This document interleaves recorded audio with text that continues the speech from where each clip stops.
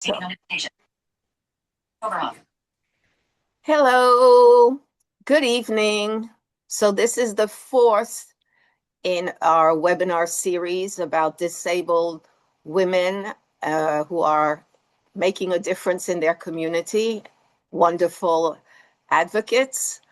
And tonight we have Rasheta Bunting, and we're very excited to have her here.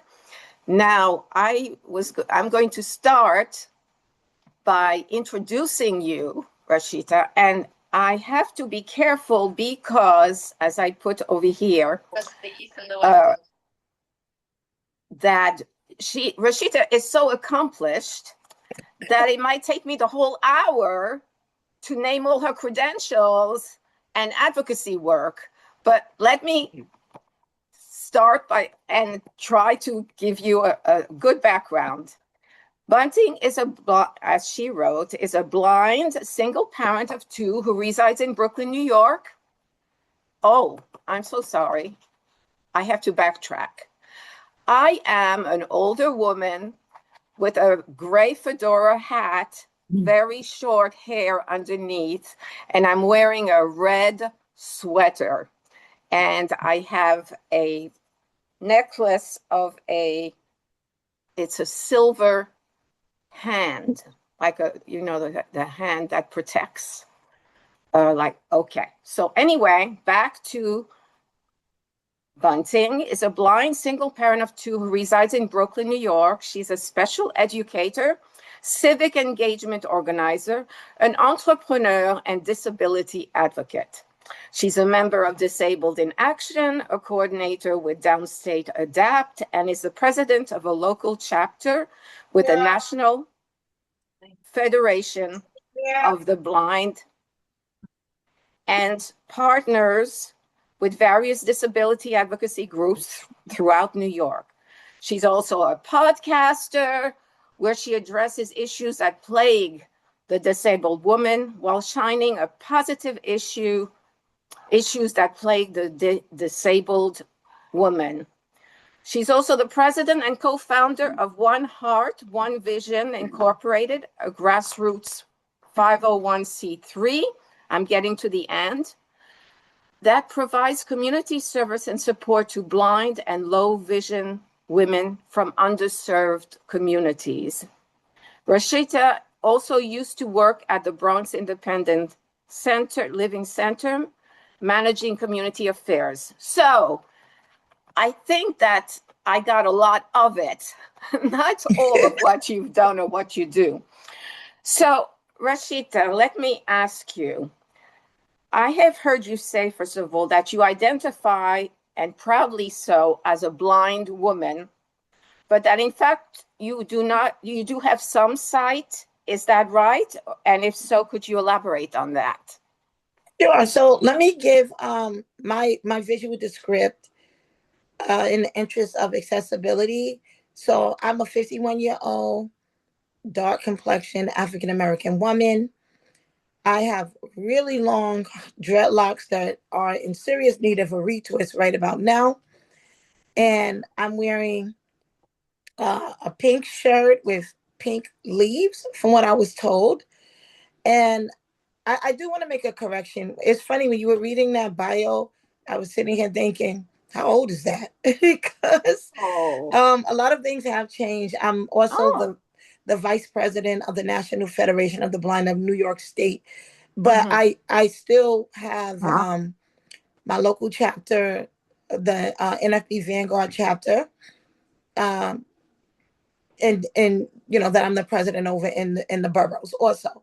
But about the blindness, I do have usable vision. So I was born with a congenital eye disease called congenital retinitis pigmentosa. And this eye disease is kind of interesting. It's common. It used to be rare, but now it's getting more common than it should be. And what happens with RP, as we call it, is so many strands of RP. Right now, I think they have over 75 strands of RP due to like genetic testing and research. So my strand is 45, whatever that means. I don't know. But the way that RP works, one of the layers of the retina starts deteriorating. And with a classic RP, it usually happens in late adolescence, early adulthood, and right around, I don't know, like the late 30s, mid 40s, the person is pretty much completely blind. Oh, I'm lucky, but not lucky, I guess, because I am still potentially maybe going blind, and we just don't know. But the way that RP works, because the one of the layers of the retina are deteriorating, and I know the name, but it doesn't make sense to get into all of the scientific terms. yeah. But what happens? The rods start deteriorating. Now, the Right. rods Right. in the eye, they control like night blindness and your peripheral vision. Mm-hmm. And people with RP, they start out with like, the classic RP, pretty good usable. And then they start noticing that they have trouble seeing in dark places or at night, hence the night Right. blindness. And then they start noticing that their field is getting more and more smaller or restricted. Mm-hmm. And then they start developing tunnel vision, which is where you only have central vision. So as the field of vision keeps getting more and more just restricted, they start Yeah. losing more and more vision to the point where they have nothing. Now, Right. a case such as myself, I was born with RP. I I had I never had 20/20 vision, but I had really, really good acuity. At my height of acuity, I was 20/40, which would never like deem me legally blind. But when I Uh, was younger, I had a field loss of 20 degrees or less. And that's why I received. Rasheta, I'm sorry to interrupt you, Okay. but I read that you were diagnosed. You weren't diagnosed until you were three, and it had to do with that they finally noticed that there was no tracking. Well, no, no, no. That's Because 3 months old, oh, not three three months years old. old. Oh, Yes. okay, okay. Well, that makes a Yeah. difference, right? Yeah. Um, So by three, everyone knew something was going on. We didn't mhm. have a name for it. So when I grew up, I just had just couldn't see well. Like I was born in 1974. We didn't have the World Wide Web. We didn't have genetic testing and all kinds of stuff. And Right. when I got pregnant with my daughter, my oldest daughter, when I was about 29 years old, I needed to know something. I want to It's, know is whatever this you can't see well thing, in those air quotes, is all about. And long story short, they did the genetic testing and just a whole barrage of tests, and it came out that I had this congenital RP, which does make sense. They had diagnosed me with glaucoma initially when I was about 3 months mhm. old. Then I had they diagnosed with LCA, which is another eye disease that children are born with, which is called Leber's congenital amaurosis. Then that wasn't it. So it's just like the guessing game. But because I had the 20-degree field loss, I received services, vision services, in school. But I Oh, never had excellent. night. Hmm. I never had perfect vision. I always had night blindness, and night blindness means you're blind. Like when the sun goes down and I'm outside at night, I can't see my hand in front of my face at all. If the Right, lighting is right. dim, I can't really see. It's shadowy. So every day of my life, I go from seeing to blindness every single day from for 51 years. And my field is getting smaller now. I'm noticing that I can't really see. Like I have severe tunnel vision, and that's why I do use my cane. And you said you may have a seeing eye dog soon. But what I wanted to Yes. ask you, if I may, is what has it been like being a visually impaired and single parent, bringing up your two Well, girls? first I want to change your language. Okay, So we no longer we try not to use the word visually impaired because that has okay. like a It connotation of negativity. has the word impaired, right? So we're either just say low vision or blind, depending on what that person is comfortable with. I just say I'm blind because when you see me, Malika, you see a cane. So we'll go with that. Like, Okay. No, so thank you for correcting me. I appreciate that yes, very yes. much. Hmm. That's just the educator in me. Okay. But Okay. what was your But question? Has it the been question was about your bringing up your two girls, raising your two girls. oh yeah. So I chose single blind parenting. Before we got on this Zoom, I was, telling you about their dad, that he was sighted and so on and so forth. For those who don't know, I have two interesting, quirky, very intelligent young ladies. I can't say little girls, but they'll always be little girls to me. So my oldest daughter, Asha, she's 21. And then my baby girl, Bria, she's 15. And Bria's a humdinger, for lack of a better word. And she's very much like her mom.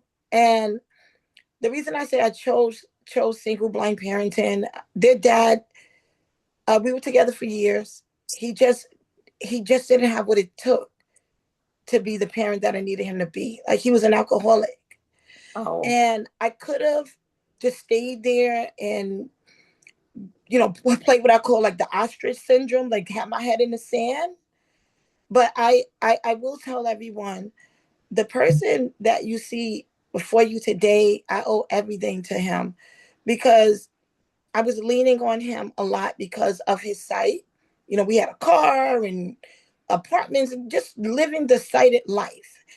And he's very what we call blind hearted, even to this day. Like, he gets it. And very few people who are sighted, get the equity with the non-blind and blind. Like, he had zero ableism whatsoever, to the point where I would have to tell him, I need help. Like, why are you leaving me? right. It's dark. I can't see. And, he would keep forgetting, even though I would have a cane. So, but he had that monkey on his back, that alcoholism. And I kind of had to put on my big girl panties, as they say, Milenka, and Uh-huh. say, what do you want for your daughters? Do you want your at that time it was my oldest daughter. She was, when I left him, that's when I found out that I was pregnant with my youngest daughter. And do you want Asha to grow up in a house where there's like a lot of ranting and raving and arguing?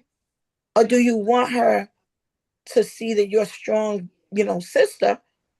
And disability didn't play into it, just being a woman, just a strong woman. What do you want your daughter to identify with? And one day I left my home. I left everything. I just took my puppy, who just passed away at 16. Uh, and I was gone. I left and I just never looked back. And then I found out that I was pregnant with Bria, and I said, oh God, I got to call this idiot. But, but it's been interesting because it's all about the outlook. Like, let's be honest, parenting is difficult, but single parenting is difficult. When you put disability or blindness on top of it, it's just triply, quadruply difficult. I So bet. I'm sure. it is. So, Hmm. especially when they were younger. But my father always told me, I remember one time I had Asha in the snuggly, like the little pouch that you carry your baby in front of Hmm. you. And I had her in the snuggly, and because I couldn't really push a stroller like I wanted, and I had better vision then. And I was using my cane, and I got off the bus, and she was eating a cookie. And she may have been around 6 months old. And I said, where did you get this cookie from? Like, she's going to answer. But I was just so afraid and angry because a stranger gave my 6 month old a cookie. And I just couldn't see it. And I was just so distraught. And my dad, and people would say stuff to me like, oh, you shouldn't be out here with these kids. And I had, all kinds of what people call baby leashes and kids leashes and child gates. And Oh, people yeah. would say, Hmm. why are you walking your children? That's mean. And, they would yell across the street. And that really toughened my skin to people's opinions. And my dad, he Hmm. said, your main purpose is your children's safety. As long as those girls, or that, your daughter at that time, as long as she's safe, that's all that matters. And I just started working on my safety measures. And I was very proactive, and I'm still proactive So taking my daughters to the park for a day of play is active for me. Like I couldn't sit on the bench and read my Kindle. So if they were on the monkey bars, especially when they were toddlers or preschoolers, I had to be on the monkey bars because I didn't have that ability because I don't have any peripheral vision to look down at a book, and I need to know what my children are doing. If they Mhm. and as they got older, we worked on what I call call and response, if that makes any sense. It's something I just made up, where if I call you, you gotta come. Like just drop everything and come. Mhm. Mhm. And I have done that many a times. Like I've been out with friends and we're all just eating at a barbecue and I'll stand up and it got to the point where I would just stand up and they would come running, Mommy, you need me? And just to test them. And parenting snafus happen. I remember I was at SeaWorld with my girls by myself, and I walked away and I asked Asha, and Asha, I love her to death, but she's so loopy. like, like I don't know, if her head wasn't attached, it would be lost. And I said, "Where's your sister?" Her words was, "What sister?" Now, if anyone on this line knows Asha, that's a typical Asha response. She was about maybe 11, and I told her, I said, "Stay right here. Whatever you do, don't move." And I just retraced my steps, but this goes back to training. Um, Mhm. I always told them when they were little girls, if mommy disappear, whatever you do, just wait there. I'm coming back. So my little 5-year-old Bria, she was Mhm. waiting. I retraced my steps in Big C World, and she was waiting when I left her. And she said, "What happened to you guys?" I turned around to take a picture of flamingos, and you were gone. And she said, "I was going to come look for you." And people would stop in, and they said, "Hey, little girl, where's your mom?" And she said, "Well, my mom told me I better wait here." And this was a 5-year-old. And they said, "Well, what do your mom look like?" "Well, she's black, she has an afro, and she's blind, so you can't miss her." So we have a lot of fun, but I Mhm. never let my disability be my daughter's disability. So whatever typical parents do, I did. Like I would grab my girls and we'll go to Disney, or we'll go to SeaWorld, or we go trick or treating, or we'll go pumpkin picking. And That's great. no, like That's I great. want them to have that full experience. You're a very strong person, very strong woman, and I'm sure your children are as well. It's Oh no, I'm it's just real, their stupid mom right about now. They're 15 and 21, so I don't know anything. but no, I this is so fascinating how you worked out a whole system with your two girls. But let's move on. Let's move on because there's a lot more to talk about. Okay. Um, just in a few words, what was school like? And I know you were a very good student, perhaps I would say a gifted student. But so how was it for you in just a few words? Difficult. Um, it was very difficult at times. School was kind of lonely because I knew that I quote unquote couldn't see well, but nobody else did. So, and I was also kind of straddling two worlds academically. So I was in the G&T program. For those who don't know, it's a gifted and talented program for kids who are academically excelling, which is under the special ed umbrella. But I was also under the special ed umbrella, and I went to a resource room um, one period a day until I got to high school, and I went to a school for gifted and talented kids. Actually, down the block from BCID, I went to Brooklyn Tech High School, and That's a so I good had an school. yeah, and I'm I'm good in science and math, and and no one knew that I was low vision. It was just like my secret in school, and I Wow. would lie about going to the resource room, and I would just tell my friends that I'm just going to help this teacher that deal with, at that time, handicapped kids, not putting myself in that box of quote unquote handicapped kids.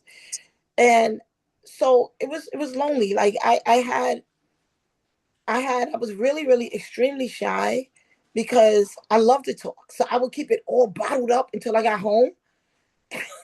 And then I would just tell everybody what was going on.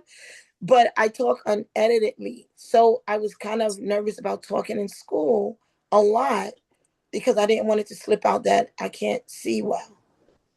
So you learn to make kind of mental maps of the school, even when it's dark, or you'll try to like do what they call a scan the room if you have like a peripheral loss. So you just kind of scan at the distance to see where the steps are, so you can kind of measure it. I mean, there was a lot of mental Olympics going on in Wow. just growing up. I bet you'd be great at chess. Somehow that came to my mind. I don't know, like I'm good at the chess of life.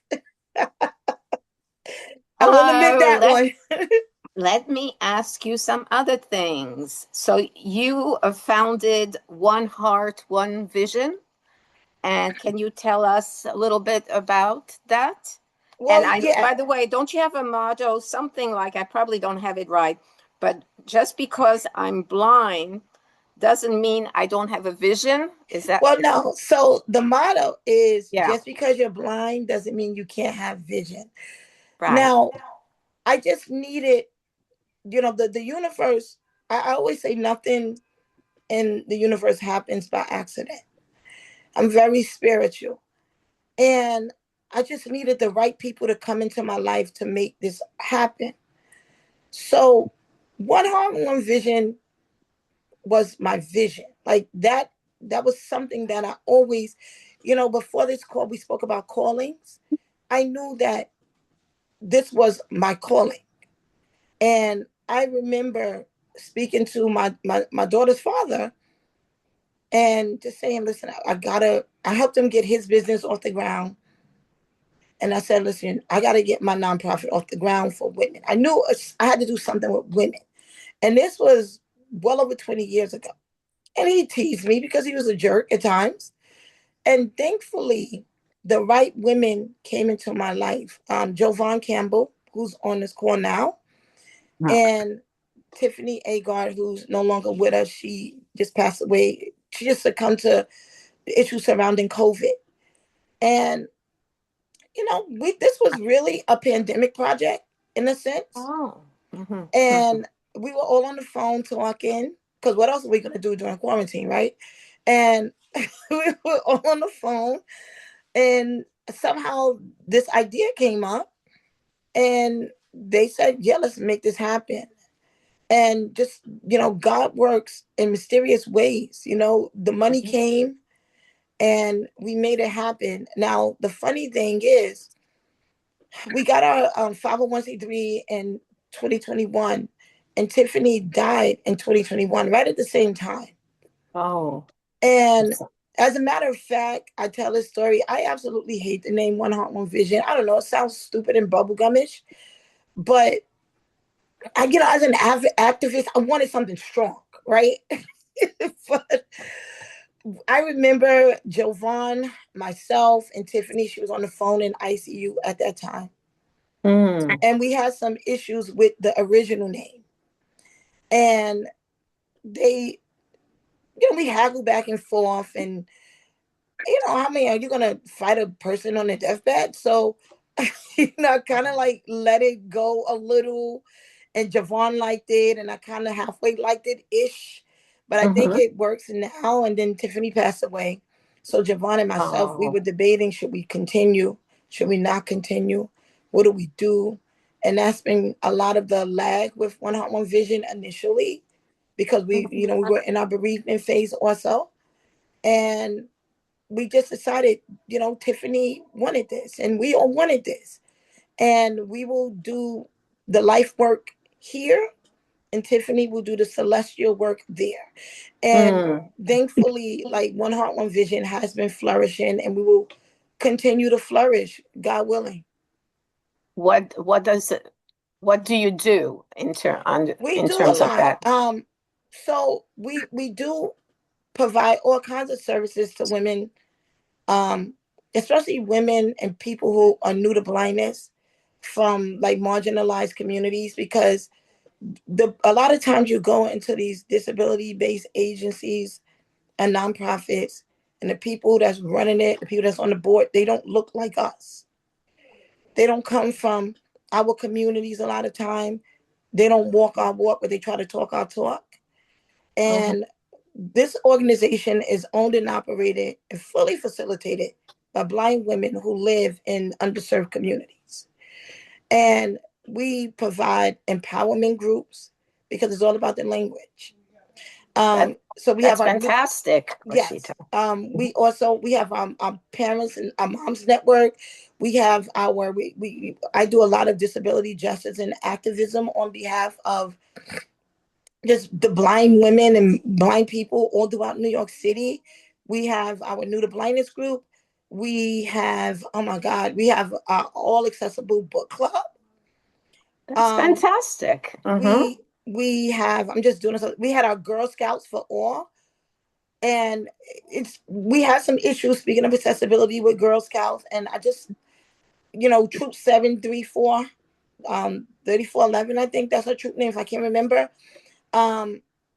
We had some issues selling our Girl Scout cookies for lack of accessibility last year. So me and Javon, we're back in the lab trying to figure out how to reconfigure our Girl Scouts for blind and low vision girls. We have a lot of mentorship programs. We do a lot of social rec because that's one thing that's missing, especially when you're new to blindness. Just getting out there and socializing and figuring out how to just live life again. And that's some of the stuff we do. And Javon is on it. Maybe she can link to this. Oh, we also have our civic engagement program. Because just because you're blind, that doesn't mean you still can't be civically engaged.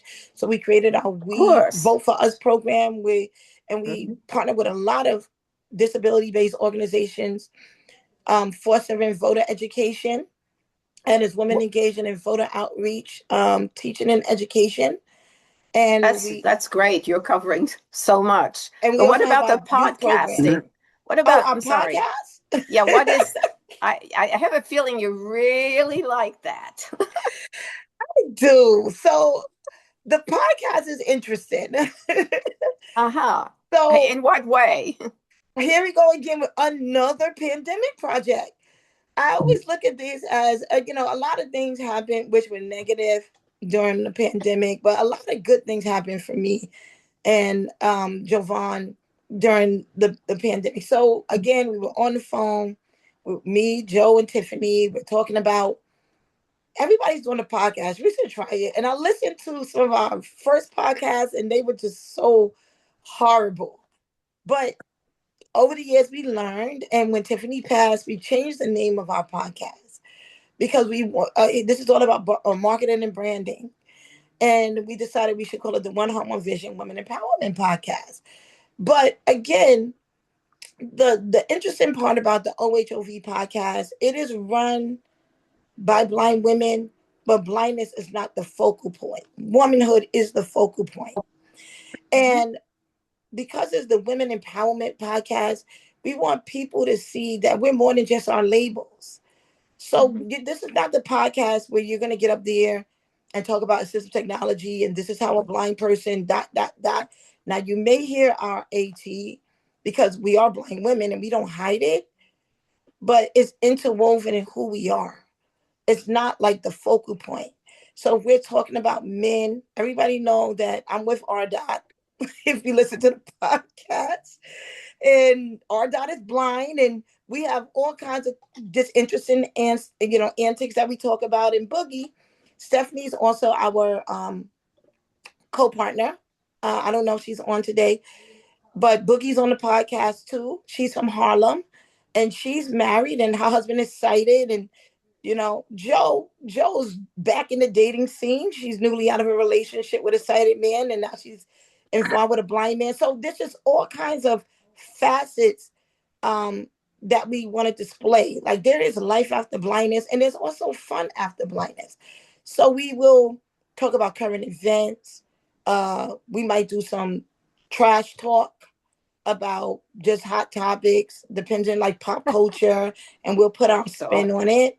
And a lot of times we'll talk about philosophy discussions about what it is to be a girl, what it is to be a mother, what it is to be a woman of color, what it is to be a blind woman of color, just all kinds of things. That is great. Topics about domestic violence. And we've Mm. had frivolous stuff about, Best Friends Day. And we do take advice. We have an advice section also. That's so fantastic. I love it. I love it. Now, let's move on. Let's move on a little bit. Um, what about this? Are you not on the Accessible Voting Advisory Committee? And I would like you to mention to go over that experience you had casting your vote this past June. It was a whole story around that you were severely attended to and so forth, and your daughter was there to help. Okay, that didn't happen this June. Um, so I am on an accessible voting advisory committee. I myself, Kathy Collins, Michael Ring, Terrence Page. There's a lot of strong voter advocates in this city, and they don't get that shine that they deserve. Like, there's a lot of us out here that's really working hard. And if I forgot names, I can't remember off the top. Just charge it to my traumatic brain injury. But Oh. again, we as a lot of us that really work hard to ensure accessible voting, not just for blind people, but for all. And when the AVAC started during the pandemic, we applied, we got on, we worked very closely with the NYC Board of Elections and Ariel Merkel, who is so great. That whole team over there is great. And what we do, we we put the disability. How can I say this? We work in conjunction with the city to make sure like poll sites are accessible. We give them the disability point of view about BMDs and voting machines and other ways to make people feel comfortable throughout the entire voting experience, from poll site workers to poll site visits to education to new machines being certified. It's fun. We got some new members on the AVAC, and this wasn't supposed to be a lifetime position on that committee. You just kind of like lay the groundwork so new people can come in, and we'll just move on and continue to do what we do. But about what you're talking about, I really fight hard in my neighborhood. I live in Canarsie, Brooklyn, to make sure like my voice and all people with disabilities voices are heard. Now, I have had some issues with poll sites in this neighborhood way back when people didn't know what the BMD was, or I would go there and I always, my girls, like, they go with me, and no, they're not my eyes. I'm just a single parent, so sometimes they have to go with me. But voting was steeped in me from childhood, like in my home, because my parents are from the South and they fought for civil rights and just the right to vote and all kinds of things. So, and they grew up during Jim Crow. So that's really ingrained in me, just being proud to be a Black person, proud to be civically engaged because people died for this stuff. So in my house, when you turn 18, vote, like getting your voting registration card, like that's a non-negotiable. Like my mom is going to fill it out. So when when ever since my girls were little girls, I made sure that they knew about that civic process, and we would go to the poll site and they would see mom using the BMD and they would stand there and I would explain what we're doing. So now as they're older, they want to vote. Like it's a family thing. But my oldest daughter, she's voting on her own.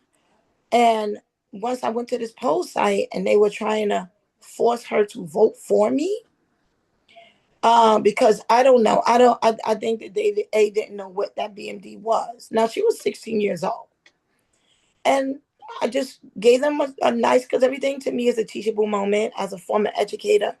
And I gave them a nice teachable moment. And my girls, they know how to speak up for themselves. And they said, my mom knows what she's doing. Like, she doesn't need me to stand there and vote. So now, when I do go into the poll site, they know off the top, like, my mother needs a BMD, is right there.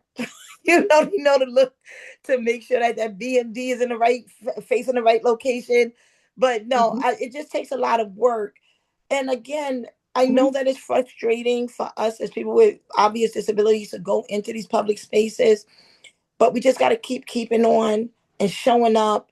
And I promise you, just your presence alone will break down ignorances and barriers. So now when I go to vote, they already know what I'm here for. They already, in that poll site that I work at now, they have two BMDs. And yes, they are facing the right way. They have the privacy screens on, and they are offering not just the BMD to me, but to seniors and everyone that comes into that poll site.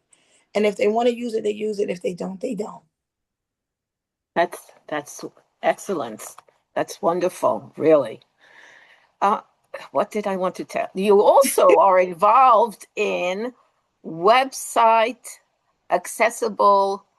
Um, you're filing complaints regarding I'm sorry, Web access. websites that are not accessible, and you've been filing a lot of them. And tell us about that. Again, the fight always continues. So again, I know everyone think, okay, the default is let's sue. And unfortunately, suing gets changes. So depending on what it is, because I'm out here, and this is all about disability justice. So Mhm. depending on what the situation is, a lot of stuff like these brick and mortar stores, you go in and everything is going over to web based. Like in 1990, when the ADA was passed, a lot of it was about access. And unfortunately, because the internet, World Wide Web wasn't a thing in 1990, so they couldn't have that access in.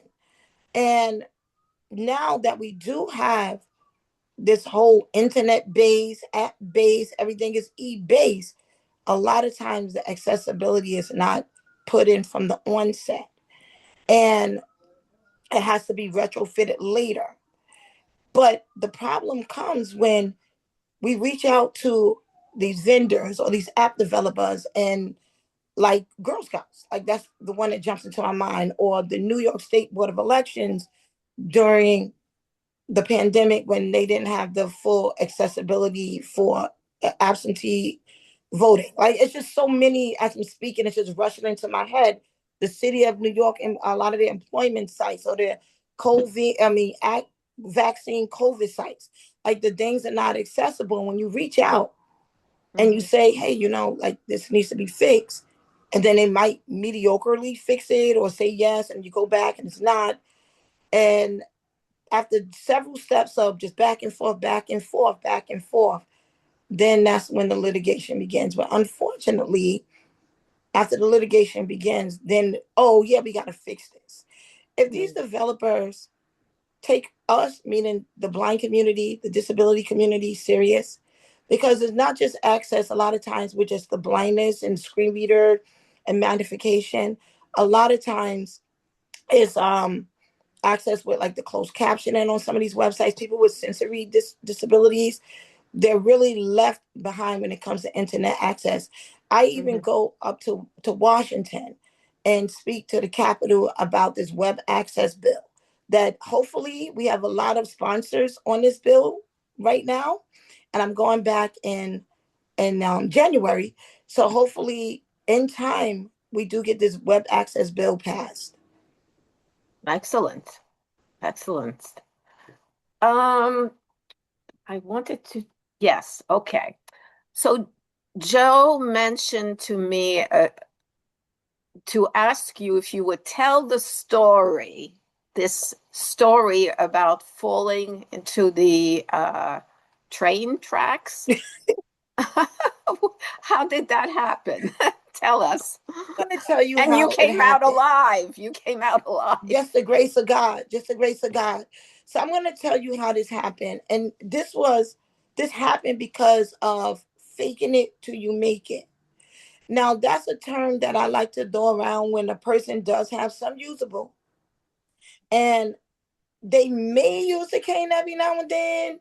But if there's some cute guys around, I might fold my cane up. or they may have what we call a cane tail, where you're dragging the cane behind you.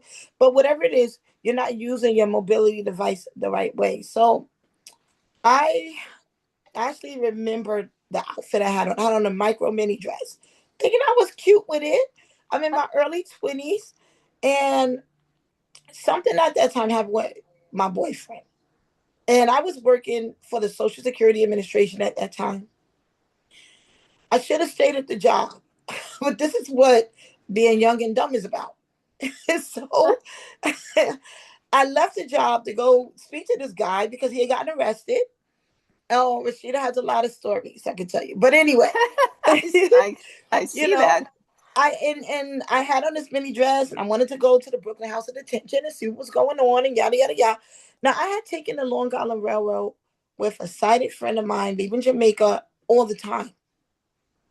I didn't know anything about the huge gaps that were at the Atlantic Terminal Station.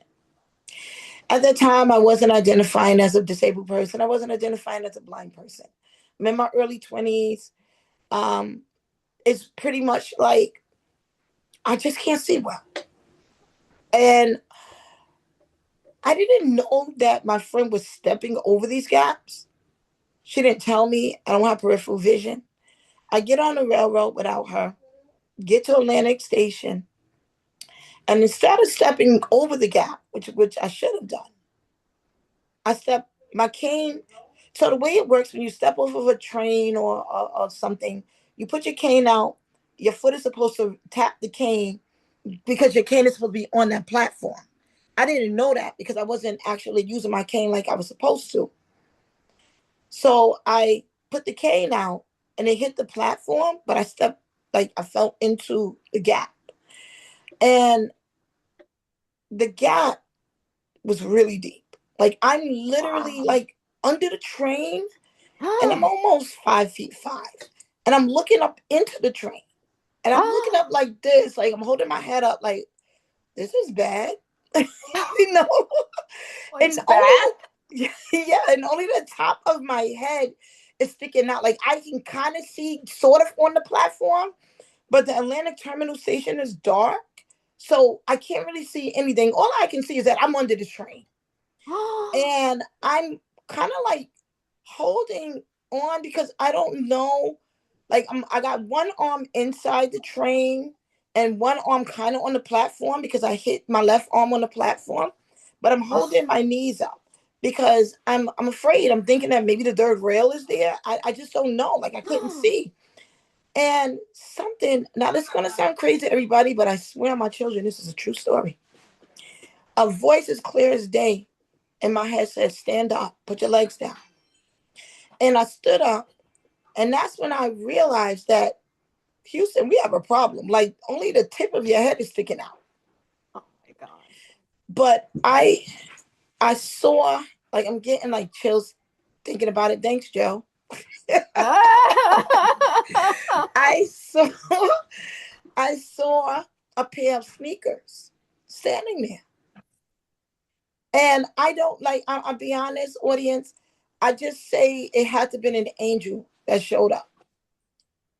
People to this day, the NTA, the Long Island, people have asked me, where did you climb out of there? I just felt just I just floated up. Like I mean I can't describe it. I just Wow. and the lady was standing there. And this is why I said this had to have been an angel. I said I'm very spiritual. The lady was standing there. She took my hand. She helped me out of the track. Like I'm crawling out of this, like I'm crawling out of a hole. Wow. She take my hand and I started limping down the platform with her. My daughter just said, "Oh God, this story again," because people are asking me, "How did you get out this train?" And I started Mm. limping down the platform. And when we got out, I look at her and I said, "Thank you so much." And she handed me my cane. And at that time, they were kind of building the Atlantic Mall over there. It was kind of like a construction site still. And I said, "I'm going over." Like she said, I said, where are you going? Because I'm going up to the Brooklyn House of Detention. I'm going down Atlantic Avenue. And I looked away for 1 second, and I swear this lady was gone. I I came home now, again, faking it till you make it. I didn't know that I looked that bad. I went and visited my boyfriend. He said, what happened to you? I said, I fell in a construction site because I was just too embarrassed to tell everybody that, I wasn't using my cane right.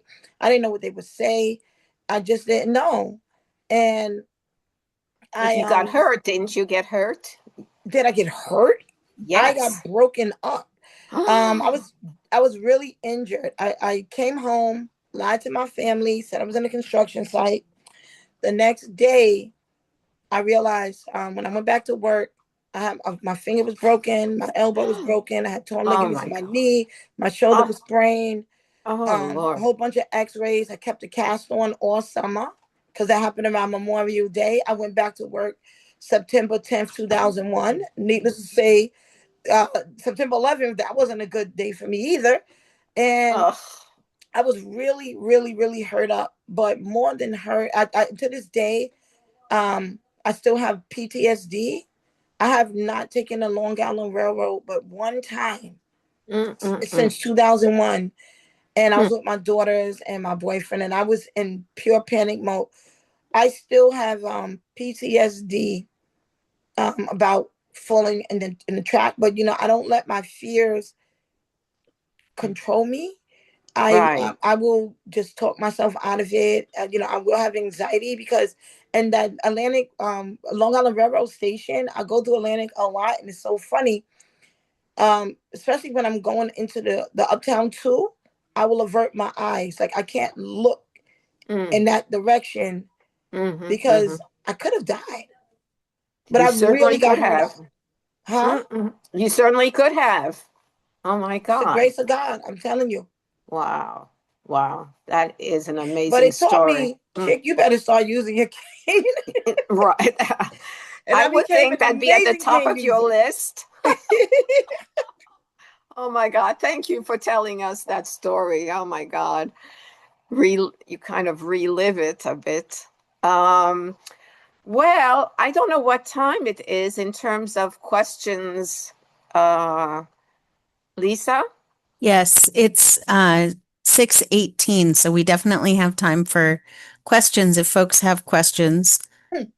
Yes, please. Anybody want to ask a question to Rasheta or maybe just make a comment, please?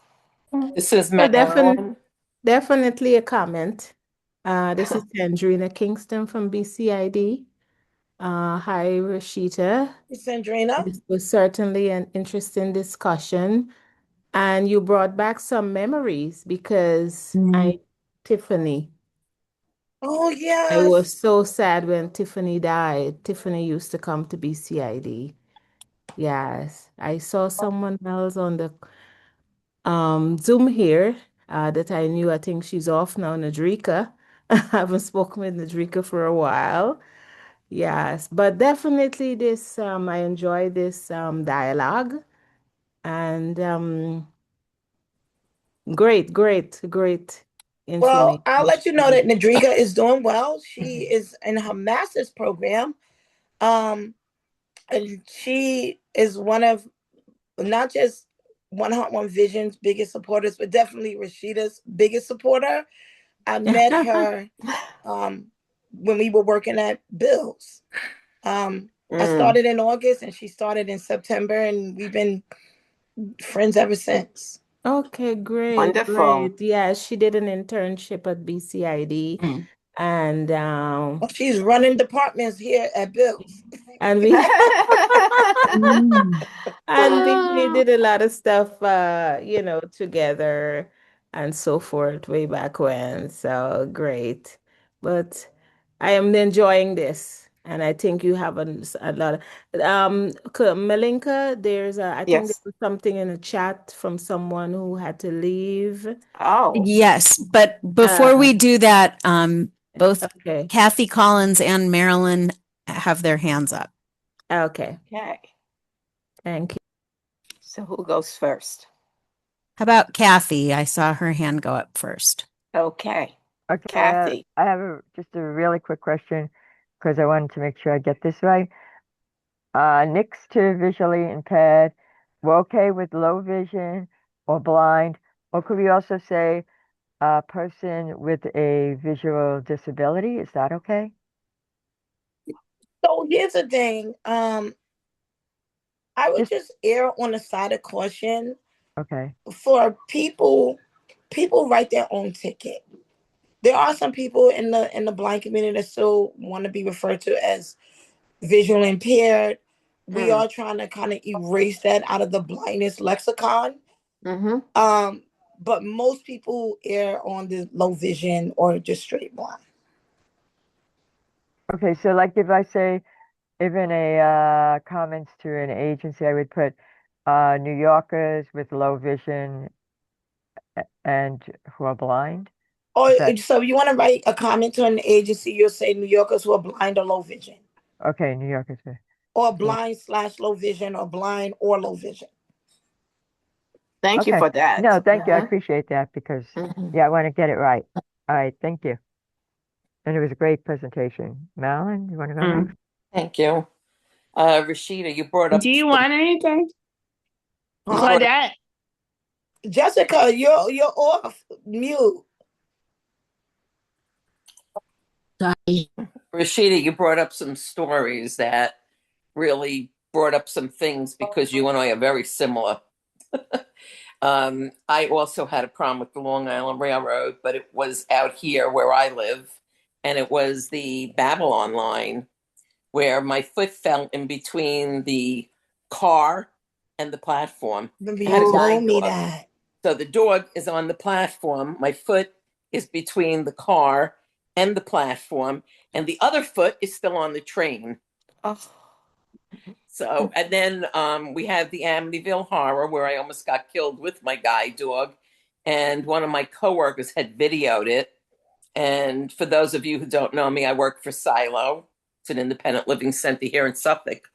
And some of the stories, boy, I can come right back with you, Rasheta. You know, and don't forget, I also was a city girl at one time. You are, and you were an NSB. You were a Federation of Sioux, Maryland. Yeah, I yeah, I always say was. Maryland And did an amazing panel for One Heart One Vision last October. The Blind Girls of Badness and the Bad Girls of Blindness.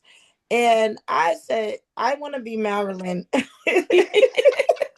are you sure? As a senior, I do. You never I know what's do. going to happen to you from day to day. It's already happening, But Maryland. I did want to share something, you know, because I love the fact blind women and things like that, empowerment, you know. Mm-hmm.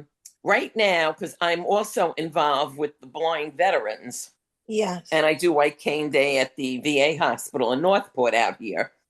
So they had approached me and they said, Marilyn, how would you like to learn how to play golf? And I said, golf? I played beeper baseball, basketball, volleyball, never even thought about golf. So I said, but I'm always willing to learn. Now, you also have to remember I'm a very old lady. I'm going to be 75 in a few months. But I act like I'm 50 years old, and sometimes I forget my age. So For I you. said, yeah, I'll try it. So some of us, they asked me, can you get some blind people? I said, yeah, how many you want? You know? So they said, I don't know, 4, 5. I said, how about 6 or 7? It's a nice number. So I asked some people, would you like to learn how to play golf? And they were like, yes. So there are 7 of us, and we've already had 2 lessons in it. One was at the VA at their golf course, and they're paying for everything for us. They have been wonderful to us, but they're thrilled that the fact that blind people are willing to learn. And that's the key. Yes, and also the key is keeping yourself busy, keeping your mind occupied, and keep going forward in life. Don't just sit and say, oh, I'm blind, I can't do anything, because I do hear that from a lot of the blind out here. That is true. And it's sad because I said you can do things, you know. I had 4 children. I'm a grandmother. There are plenty of things that you can do. Yes, there are certain times that you're limited, but there are plenty of things you could still do. So I just want to thank you because I thought your presentation was good and you brought back a lot of memories for me. Thank you, Marilyn. But Marilyn made a great point. I keep saying this over and over, and I'll say it until they throw dirt in my face or push me in the furnace or cremate me. I don't know which one yet. But there is life after blindness. I don't know if Jovan is on this call right now, but when I met Jovan, Jovan was the intern at Bill's. Helen Keller called, and they wanted to know if we would, you know, work with someone who was blind. Why not? I said, sure. We hired her, and she was an intern. And now she works for Bill's. But more importantly, when I met Joe, I remember the day I said, Joe, give me a walk to the store. The store was a couple of doors away. And the look on Jovan's face was like, huh? Like horrified. Because Jovan, she also has mobility issues, and she just didn't go to the store by herself in years. But the one thing that I admire Jovan Campbell about is that she's always willing to try. And she said, okay. And we took her cane and we took her crutch. And it took us a while to get to that store. And I'm thinking, I want those potato chips now. But at the same time, 2 steps to the store. And then me and Adrika, we walked around the corner to the park. And I kid you not, now Jovan is working successfully and, co-running an organization. And she's traveling by herself out of state. And Wow. you can flourish. All you need is, and I hate saying this word because Jovan looked at me one day, we were working at Bill's, and she said, can you be my mentor? And I said, no, but I can F with you. Like, we could be friends. Because it doesn't have to be a big production, like I am your mentor. But at the same time, just being around people who are positive, who are optimistic, who's actually doing it, and who's walking the walk and who's talking the talk and actually walking the walk, you will either be pulled up or go down. And I'm not letting anybody go down with me. And I'm just saying that, but I'm just so proud of Jovan's and just so many stories like Marilyn's saying, and I'm saying where, when I first came to the blind community, people took me by the hand also. I wasn't even managing my finances independently. I would get my bank card to my kid's father at the time, and hey, give me $60. And thankfully he wasn't a thief. And he would bring it back. Oh, you had 300 in your account. I gave you 60. Blah blah blah. And just for me being around the blind community and learning, hey, you could manage your own money. You could do this. My first convention, NFB convention in Orlando, I showed up by myself. I bought a ticket on a whim. A week before the convention, I didn't even have a room to sleep in. They found the roommate. I showed up in July. It was the 75th anniversary in 15.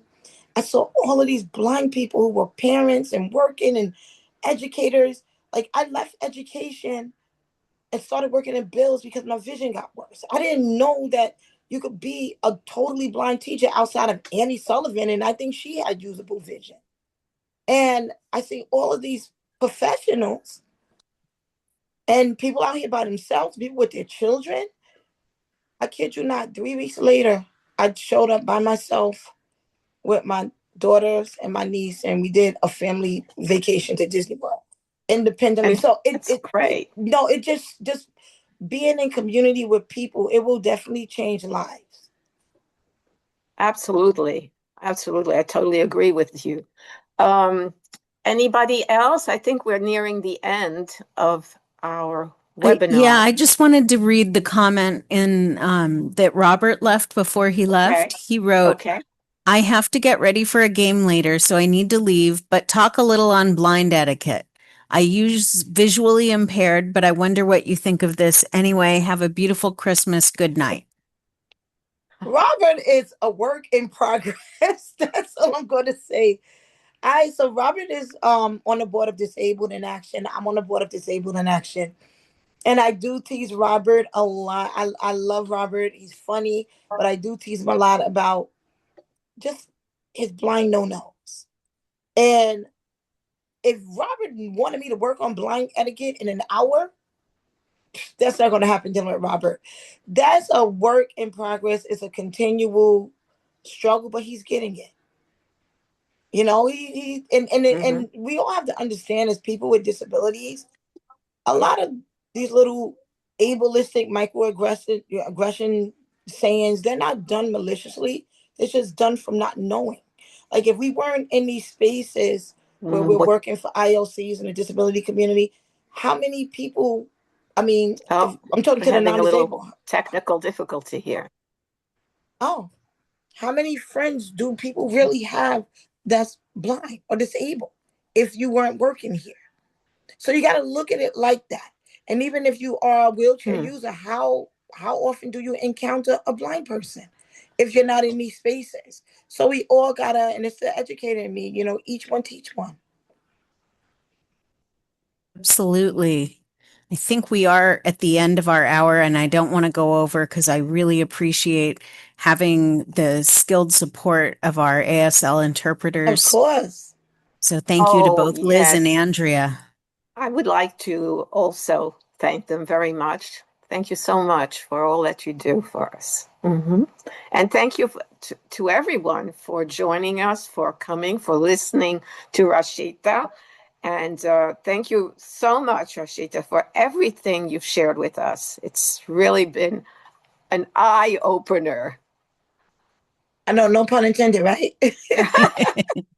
But Yeah. I do want to say, if you want to reach me or the ladies at One Heart, One Vision, you guys can reach me at Empower, EMPOWER, at oneheartonevision.org. It's all spelled out, no ebonics. And just check us out on our podcast. More episodes coming soon. All right. Okay. Awesome. And Thank you. I will also just add that Joe Rappaport, BCID's executive director, had to leave to go to another event, but he was texting me the entire time.